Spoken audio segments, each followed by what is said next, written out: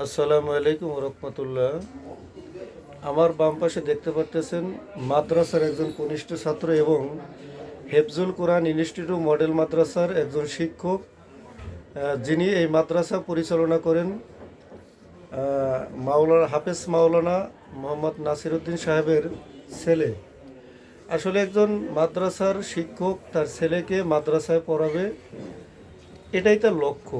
সে কিন্তু বাংলা উচ্চশিক্ষায় শিক্ষিত করতে পারত, কিন্তু ছোটোবেলা থেকেই তিনিও মাওলানা হাফেজ মুফতি তার ছেলেকেও সেই মাদ্রাসা লাইনে আল্লাহর পথে ছেড়ে দিয়েছেন কোরআনের পাখি হওয়ার জন্য।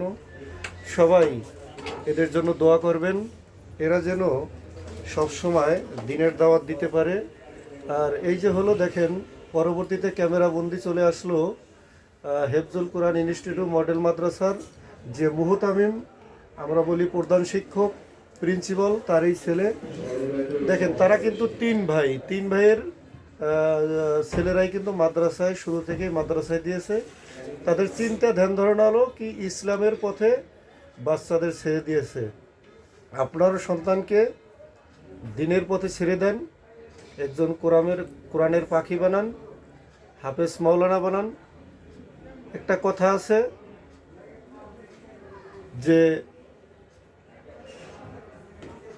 মুমিন ব্যক্তিদের ভালোবাসেন, আল্লাহ আপনাদের ভালোবাসবে। সবাই ভালো থাকবেন, আমাদের জন্য সবার জন্য দোয়া করবেন।